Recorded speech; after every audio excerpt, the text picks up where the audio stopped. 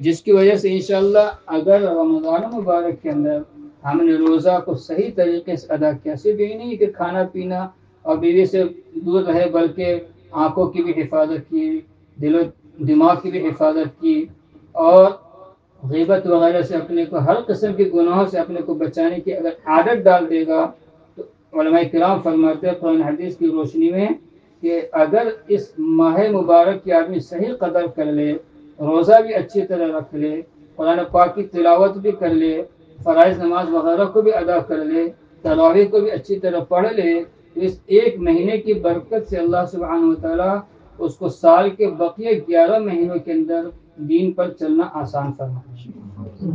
تو ہم ماشاءاللہ دوسرا روزہ ہے، ہمت کر کے، چند دن کی بات ہے، تھوڑا سا مشقت ہوگی، انشاءاللہ مرنے کے بعد، میں نے حدیث شروع میں بیان کیا تھا، ایک بات بھول گیا کہ روزے دار کو دو خوشی ہوتی، ایک تو افطاری کی وقت، اور دوسری خوشی مرنے کے بعد اللہ تعالیٰ سے ملاقات ہوگی اس وقت۔ اس روزے کا ثواب جب اللہ سبحانہ وتعالیٰ ہمیں قیامت کے دن عطا فرمائیں گے تو آدمی تمنا کرے گا کہ کاش میں دنیا میں دوبارہ جا کر کے روزہ رکھوں۔ تو انشاءاللہ ہم کوشش کر لیں، ہم کمزور ہیں، پورے طور سے تو ہم کامیاب نہیں ہو سکتے ہیں، لیکن اللہ پاک دنیا میں بھی ہم دیکھتے ہیں نا، کوئی بندہ کوشش کرتا ہے، کوئی نوکر مزدور کوشش کرتا ہے، لیکن کبھی کبھی غلطی ہو جاتی ہے، انسان ہونے کی وجہ سے، تو مالک بھی سمجھتا ہے کہ انسان ہے، چلو غلطی معاف کر دو۔ تو اگر ہم بھی کوشش کریں گے تو اللہ سبحانہ وتعالیٰ سارے مالکوں کے مالک ہیں، انشاءاللہ اگر ہم سے کچھ کمی، کمزوری، گناہ وغیرہ ہو جائیں گے، اللہ سبحانہ وتعالیٰ اپنے فضل و کرم سے معاف فرمائیں گے۔ ہم سب اللہ تعالیٰ سے دعا کرتے ہیں کہ اللہ تعالیٰ مجھے بھی کہنے سننے سے زیادہ آپ حضرات کو بھی عمل کرنے کی توفیق عطا فرمائے، اور اللہ سبحانہ وتعالیٰ پورے دین پر چلنے کی توفیق نصیب فرمائے، ہر قسم کے گناہوں سے بچنے کی توفیق نصیب فرمائے، اور ہر انسان کو، ہر مسلمان کو اللہ سبحانہ وتعالیٰ اپنے اپنے وقت پر حسن خاتمہ کی دو۔ بسم اللہ الرحمن الرحیم۔ حضرت مولانا مفتی عتیق الرحمان صاحب ساؤتھ افریقہ سے، بہت بڑا مدرسہ ہے ساؤتھ افریقہ کا، الحمدللہ میں وہاں گیا ہوں، ان کے والد محترم بھی ہمارے سرپرستوں میں ہیں، اللہ پاک جزائے خیر عطا فرمائے، ماشاءاللہ حدیث کے مدرس ہیں، اور ماشاءاللہ وہ خود بھی، ان کے والد صاحب بھی شیخ الحدیث ہیں، اللہ تعالیٰ ان کی عمر کے اندر برکت عطا فرمائے۔ خوشی ہوئی کہ وہ تشریف لا رہے ہیں کل، اللہ تعالیٰ ان کے آنے کو قبول فرمائے۔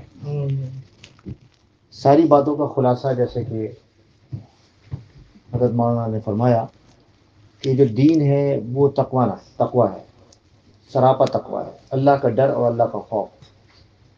یہ روزہ ہو، حج ہو، ساری عبادتیں اللہ تبارک و تعالیٰ، ساری عبادتوں کا جو اصل اللہ تعالیٰ جو چاہتے ہیں، وہ مطلوب ہے کہ وہ انسان تقوی والا بن جائے۔ اللہ تعالیٰ سے ہم لو لگا دیں، اللہ تعالیٰ کی طرف رجوع کریں، اللہ کا خوف پیدا کریں۔ تو یہ رمضان مبارک بہت بڑا ذریعہ ہے، بہت بڑا ذریعہ ہے، اس میں ہم اپنے آپ کو جو ہے اللہ تعالیٰ کی طرف ہمیں حوالے کر دینا چاہیے، اور اللہ کی طرف زیادہ سے زیادہ رجوع کرنا چاہیے۔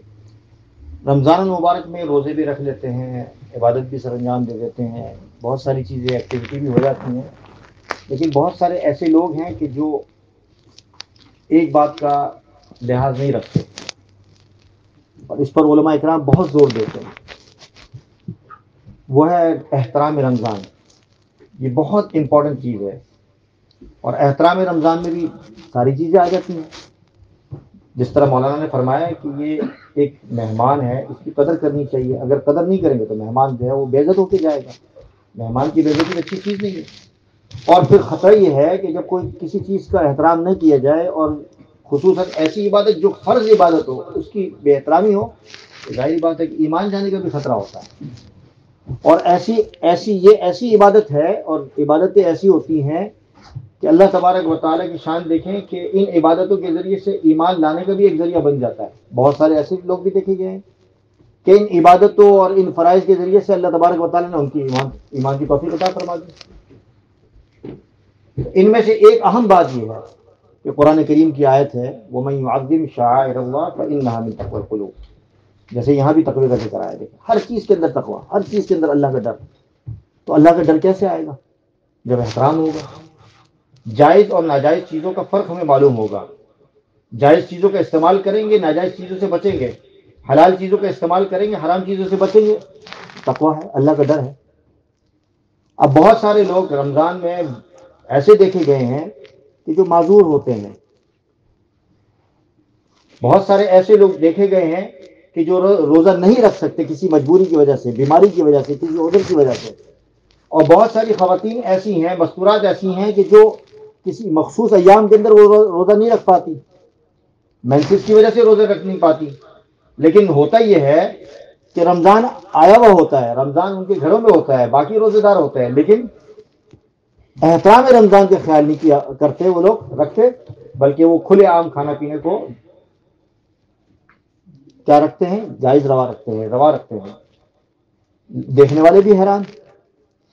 تو علماء نے لکھا ہوا ہے، اور قرآن کریم کی اس آیت سے پتہ چلتا ہے کہ رمضان المبارک ہو اور آپ کا اگر روزہ نہ ہو، کسی عذر کی وجہ سے، کسی بیماری کی وجہ سے نہ ہو، تو آپ کے لیے کھلے عام کھانا پینا ہرگز جائز ہی نہیں ہے۔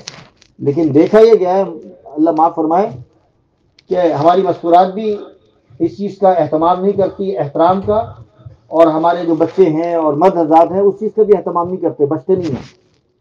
تو یہ اس مسئلے کو بتایا جائے، سمجھایا جائے کہ احترام رمضان میں اس چیز کا بھی لحاظ رکھنا ضروری ہے، کیونکہ یہ فرض ہے۔ رمضان مبارک یہ ایک عبادت کا مہینہ ہے، اور پوری دنیا عالم اسلام روزہ رکھ رہی ہے، اور آپ تم کھلے عام کھانا پینا کر رہے ہو۔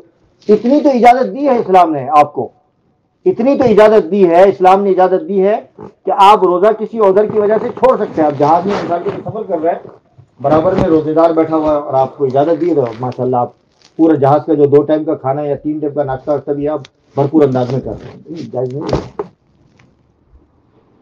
آپ خود کر لیں، خاموشی کے ساتھ کر لیں، کوئی کسی کیبن میں چلے جائیں، کسی جگہ چلے جائیں، اور آرام سے جا کے اگر آپ کا پانی پینے کا تقاضا تو کر لیں۔ لیکن یہ بہت امپورٹنٹ چیز ہے اور بہت اہم چیز ہے۔ احترام رمضان کے حوالے سے ہمیشہ میں یہ واقعہ بیان کرتا ہوں کہ جس زمانے میں مسلمانوں کی سلطنت ہوتی تھی، سلطنت عثمانی ہوتی تھی، اس زمانے کے اندر مسلمانوں کے پڑوس کے اندر غیر ایمان والے بھی رہتے تھے۔ آپ کو یہ واقعہ میں نے پہلے بھی سنایا تھا۔ تو اسی زمانے میں مسلمان کا ایک پڑوس ایک مجوسی رہا کرتا تھا۔ اس مجوسی کا انتقال ہو، وہ معروف تھا، مشہور تھا، پڑوسی تھا، انتقال ہو گیا، برابر میں مسلمان رہ رہا ہے۔ اب وہ مسلمان اس کو خواب میں دیکھ رہا ہے۔ اب خواب میں دیکھ تو رہا ہے، لیکن خواب میں دیکھ رہا ہے وہ جنت کے اندر موجود ہے۔ وہ حیران، اس سے پوچھ رہے کہ بھئی آپ تو غیر ایمان والے، آپ تو مسلمان تھے، آپ تو مجوسی تھے، آپ جنت میں کیسے پہنچ گئے؟ اور بڑے خوشی۔ تو پھر اس نے یہ بتایا کہ میرے ہاں میرے بچے، میری اولاد رہتی تھی، میں اپنے بیٹوں کو سمجھایا کرتا تھا کہ بھئی مسلمانوں کا ملک ہے، پڑوس میں مسلمان رہتے ہیں، یہ معاشرہ مسلمانوں کا ہے، ان کا مبارک مہینہ چل رہا ہے، رمضان مبارک کا مہینہ چل رہا ہے، روزے رکھ رہے ہیں، تو ہمیں احتراماً ان کھلے عام کھانا پینا نہیں چاہیے۔ اگر تمہیں کھانا پینا بھی ہے تو ٹھیک ہے، گھر پہ خاموشی سے تم کھا لو۔ لیکن وہ بیٹا، میرا جو بیٹا تھا، وہ سنتا نہیں تھا، وہ باز نہیں آتا تھا، سمجھتا نہیں تھا۔ لیکن اللہ کا کرنا یہ ہوا کہ اللہ تبارک و تعالیٰ نے مجھے اس احترام رمضان کی برکت سے ایمان عطا فرما دیا، اور اللہ تبارک و تعالیٰ نے مجھے جنت عطا فرما دی۔ تو جیسے مولانا نے فرمایا کہ ایسا بھی ہو سکتا ہے، ایسا بھی ممکن ہے کہ جو شخص رمضان کا احترام نہ کرے، اور اس دین کا اور اسلام کا احترام نہ کرے، اور شاعر اللہ کا احترام نہ کرے، مکہ مدینہ اور مقدس مقامات کا احترام نہ کرے، مقدس ایام کا احترام نہ کرے، ہو سکتا ہے کہ ایمان سے ہاتھ دھو بیٹھے۔ اللہ حفاظت فرمائے۔ اور ایسا بھی ممکن ہے، جیسے کہ اس واقعے کے اندر ایسے بے شمار واقعات ملیں گے کہ ساری زندگی کفر کے اندر گزری، شرک کے اندر گزری، لیکن ان عبادتوں کے، ان مقدس ایام کے، ان مقدس مقامات کے احترام کی وجہ سے اللہ تبارک و تعالیٰ ان کو ایمان کی توفیق عطا فرمائے۔ تو اللہ تبارک و تعالیٰ ہمیں ہماری حفاظت فرمائے۔ حضرت مولانا کا میں بہت مشکور ہوں۔ آخر کے اندر آپ حضرات سے مؤدبانہ رمضان کے حوالے سے میں اس بار بہت شدت کے ساتھ آپ حضرات کے سامنے اپیلیں کر رہا ہوں، اور اس اپیل سے پہلے ایک آپ سے گزارش یہ کرنا چاہتا ہوں، ایک بات پوچھنا یہ چاہتا ہوں کہ آپ کے پاس کوئی فون آ جائے مدینہ منورہ سے، اور آپ سے یہ کہا جائے کہ بھائی کل کی فلائٹ میں آ جائیں، اور آپ کو روزہ رسول کی خدمت کے لیے آپ کو کیا کرتے ہیں، چنا گیا ہے، آپ کا انتخاب کیا ہے کل سے آپ روزہ رسول کی خدمت کریں. تو آپ بتائیں کہ آپ کل نہیں رات نہیں ابھی کے ابھی آپ کہیں گے بھائی کل کی فلائٹ نہیں، میری ابھی فلائٹ کرو میں چلا جاتا ہوں، ہے کہ نہیں؟ مجھے بتائیں، سب کچھ چھوڑ کے آپ چلے روزے رسول کی خدمت کے لیے مجھے بلایا گیا ہے، یہ بڑی بات ہے. آپ وہاں جا کے 2 سیکنڈ بھی، میرے خیال سے 3 سیکنڈ یا 4 سیکنڈ، زیادہ 1 منٹ کھڑے ہو پاتے ہیں، وہاں زیادہ سلام پیش کرنے کی اجازت نہیں ہے جس طرح کا رش ہوتا ہے، لیکن آپ کو خدمت کے لیے مقرر کیا جا رہا ہے.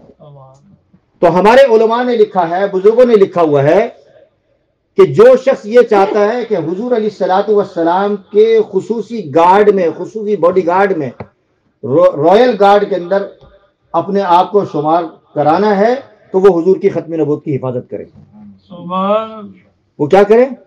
اگر وہ یہ شامل ہونا چاہتا ہے کہ وہ کیا کرے، حضور کے خصوصی رائل گارڈ میں شمار ہونا چاہتا ہے، تو وہ حضور کی ختم نبوت کی حفاظت کرے. اس کی وجہ کیا ہے کہ اگر ختم نبوت باقی، جس طرح مولانا نے فرمایا کہ روزے کی اس آیت سے بھی ختم نبوت کا ثبوت ملتا ہے، بتایا نا مولانا نے، روزے کی اس آیت سے بھی بتائیے، اس آیت سے بھی یہ ثبوت ملتا ہے کہ حضور کی ختم نبوت ہے.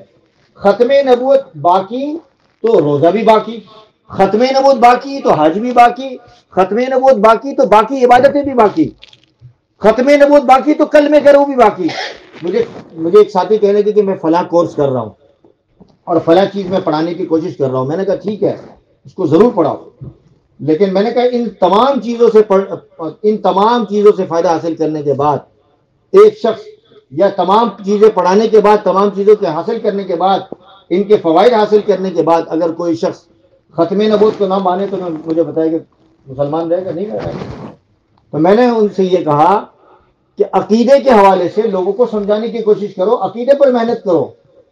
عقیدے پر محنت کرو گے تو یہ پورا دین، یہ بخاری بھی سمجھ میں آئے گی، بخاری بھی مانے گا. آج جو بخاری کا جو لوگ انکار کرتے ہیں تو ظاہری بات ہے ختم نبوت کا انکار کرتے ہیں، عقیدے کا انکار کرتے ہیں. جب عقیدہ درست ہوگا تو بخاری کو بھی مانے گا، مسلم شریف کو بھی مانے گا، باقی کتابوں بھی مانے گا. تو گزارش یہ ہے آپ حضرات کے سامنے کہ اتنی لمبی چوڑی تمہید آپ کے سامنے جو میں نے باندھی ہے، وہ اس لیے باندھی ہے کہ یہ جو ادارہ ہے یہ خالصتاً، جس طرح آپ دیکھتے ہیں ویسٹ ہیم کا جو آپ مرکز ہے وہ کس لیے بنایا گیا ہے؟ اعمال کی محنت کے لیے بنایا گیا ہے. اسی طرح لیسٹر کے اندر کیا ہے، جو ہمارا جو مولانا سلیم دراز صاحب کا جو مرکز ہے وہ کس لیے بنایا گیا ہے؟ خانقاہ جو بنائی گئی ہے اعمال کی محنت کے لیے بنائی گئی. اسی طریقے سے ڈیوزبری کا جو مرکز بنایا گیا ہے وہ تعلیم و تعلم کے لیے بنایا گیا ہے. یہ جو ادارہ ہے وہ خالصتاً حضور علیہ الصلوۃ والسلام کی ختم نبوت کی حفاظت کر رہا ہے، اور صرف اس علاقائی سطح پر نہیں کر رہا بلکہ پوری دنیا کے اندر کر رہا ہے. لوگ یہاں سے کانٹیکٹ کرتے ہیں، یہاں سے رہنمائی حاصل کرتے ہیں. اس سال کی کارگزاری میں آپ حضرات کے سامنے آج اس پہلے جمعے میں حضرت مولانا کے سامنے رکھتا ہوں کہ اس ادارے کی برکت سے اللہ تبارک و تعالی نے اس برطانیہ سمیت کئی دور دراز کے علاقوں میں رہنے والے 5 ایسے جو قادیانی تھے، جو پہلے پیدائشی قادیانی تھے، اللہ تبارک و تعالی نے ان کی ایمان کی توفیق عطا فرمائی. اور اس میں طرح طرح کے ایسے واقعات اور طرح طرح کی کارگزاریاں ان کے ساتھ وابستہ رہی کہ آپ سن کر حیران ہوں گے. میرے پاس وقت نہیں. تو آپ مجھے بتائیں کہ آپ اگر اس ادارے کی خدمت کریں گے، چاہے وہ علمی طور پر خدمت ہو، چاہے وہ کسی درجے کے اندر خدمت ہو، تو آپ کا حصہ پڑے گا کہ نہیں پڑے گا نا؟ اب یہ بار بار ایک سوال ذہن میں گھومتا ہے لوگوں کے، یار یہاں کی مسجدیں ہر سال جو ہے اتنے پیسے اکٹھا کرتی ہے، ان کے بینکوں میں موجود ہے، لیکن پھر بھی چندہ مانگتی ہے. تو بات یہ ہے کہ بھائی پچھلے جو آنے والے لوگ تھے انہوں نے مانگے، انہوں نے محنت کی، تو آج ہم بیٹھے ہوئے ہیں.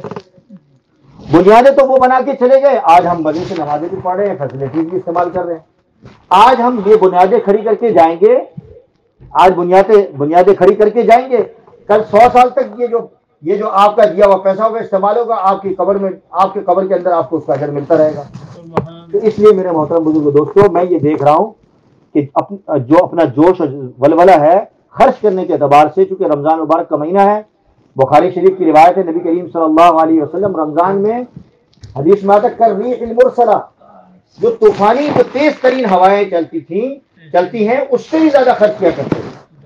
تو باقی جو آپ کے فضائل آپ کے سامنے، میں فضائل کی طرف نہیں جاتا، میں اصل مدعے کی طرف آتا ہوں کہ ہم نے اس سال کا جو ٹارگٹ مقرر کیا ہے، میں نے اپنی طرف سے کیا، مجھے کسی نے دیا نہیں ہے، کہ اس سال اس رمضان کے اندر ہم نے اس ادارے سے 10,000 پاؤنڈ اکٹھے کرنے ہیں انشاءاللہ العزیز. لیکن اب تک میں دیکھ رہا ہوں 2 دن گزر چکے ہیں, کچھ بھی نہیں زیادہ اتنی توجہ نہیں ہے ساتھیوں میں. ہو جائے گا. ایون کہ جو ڈبہ شریف جو رکھا گیا ہے اس میں بھی جو ہے وہ جس طرح چونیاں ہوتی تھیں, اٹھنیاں ہوتی تھیں, جو پاکستان میں جو چونی اٹھنیاں ہوتی ہیں, جو کوائنز ہوتے ہیں وہ بھی نظر نہیں آ رہے. تو کیا وجہ ہے میرے بھائی؟ مہنگائی ہو گئی ہے.